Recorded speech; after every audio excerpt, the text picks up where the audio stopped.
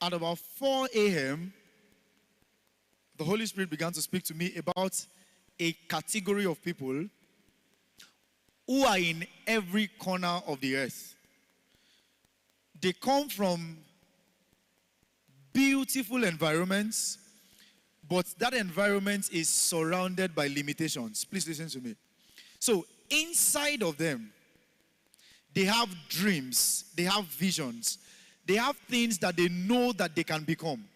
They've gone on the internet, or maybe they've not even seen the internet, maybe they've seen on television that this lifestyle is possible, or somebody can impact this amount of change in the environment. Maybe they've heard of people who founded companies, people who started businesses, and those businesses are now in different countries. Is there any of you like that here? You've seen people rise from anywhere and become great leaders. You've heard the story of Ben Carson. How many of you know Ben Carson?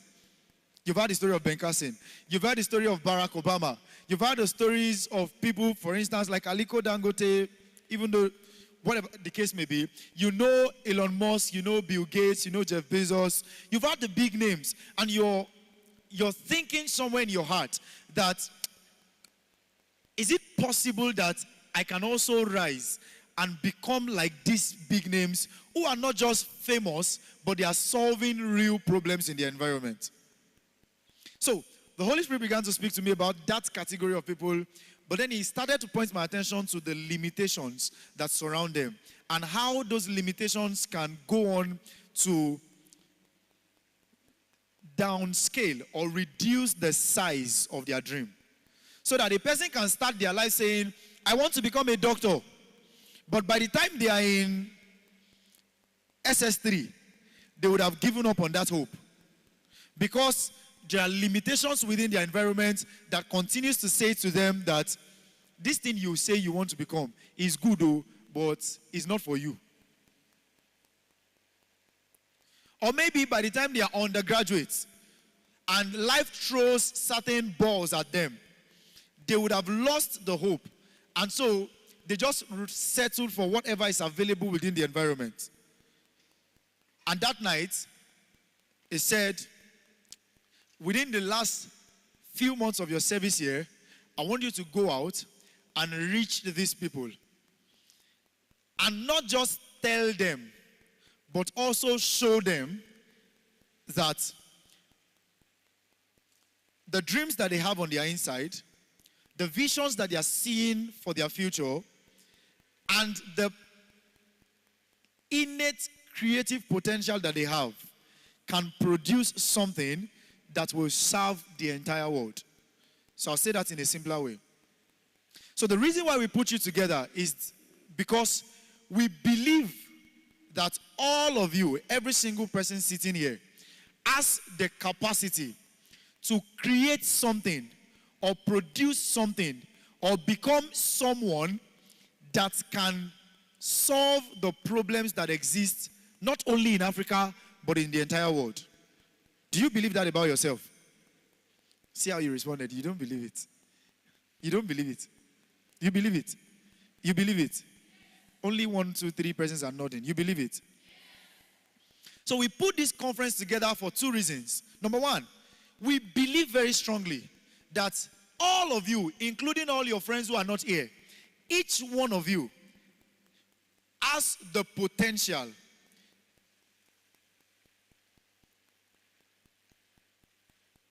to become someone or create something that can solve the problems that we face in Africa and around the world. And because of that, we've come to your schools, 11 schools, with a lot of energy. And we talked to you guys about tech careers, how that when you're choosing a career, you must lean towards technology because technology is the future of the world.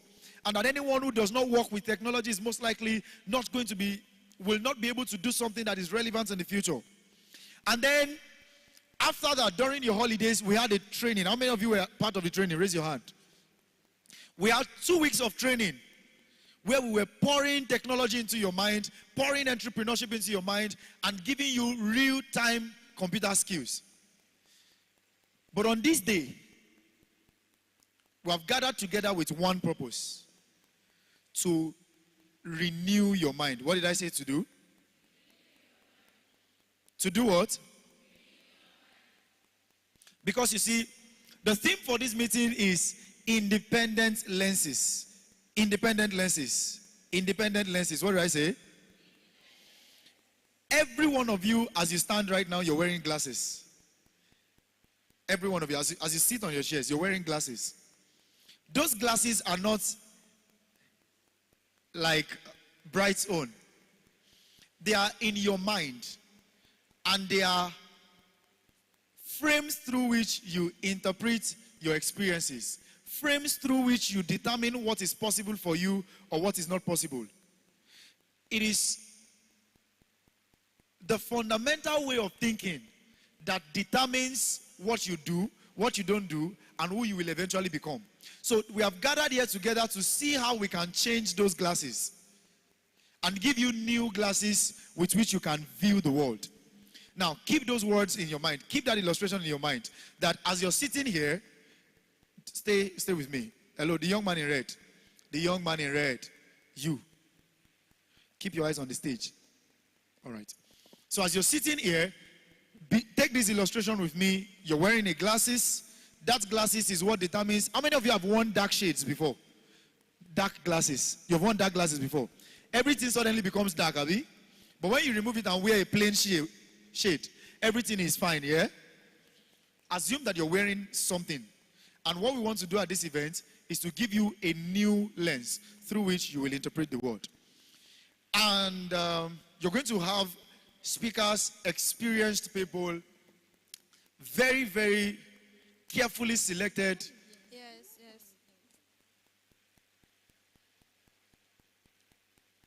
Mothers and fathers.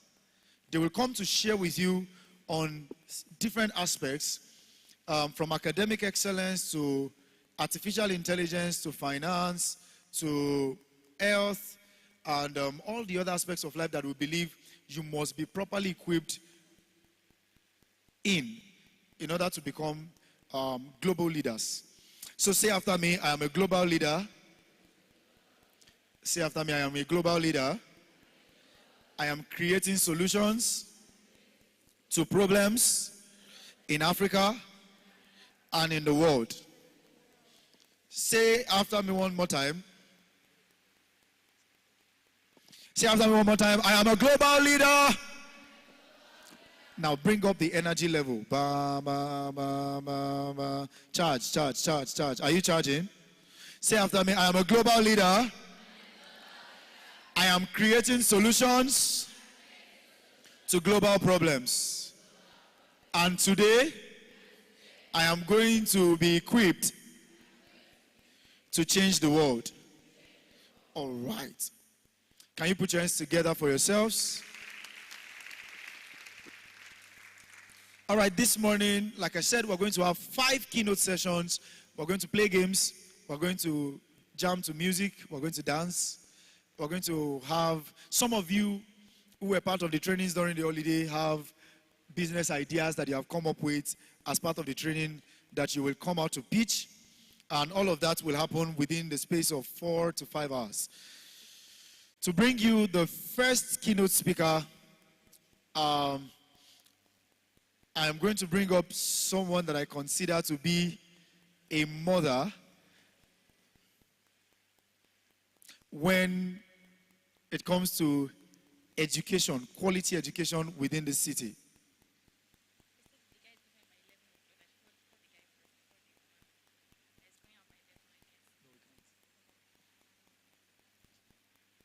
All right, so to bring you the first session, I'm going to bring up, now I followed her since I got here, beautifully so. When I got here, my heart just looked out for, because I have a flair for education, my heart was just on the lookout for, okay, let's see what's the best thing happening within education in this city. And I did not know where to look. So one day I was in a conversation with one of the core members, Dorinda. And she just started talking about the school where she works and the great work that is going on there. And then I just jumped on the internet. She gave me her name. and I started to follow our work. Then I went on the school's page to see what Brainy Hive is doing, and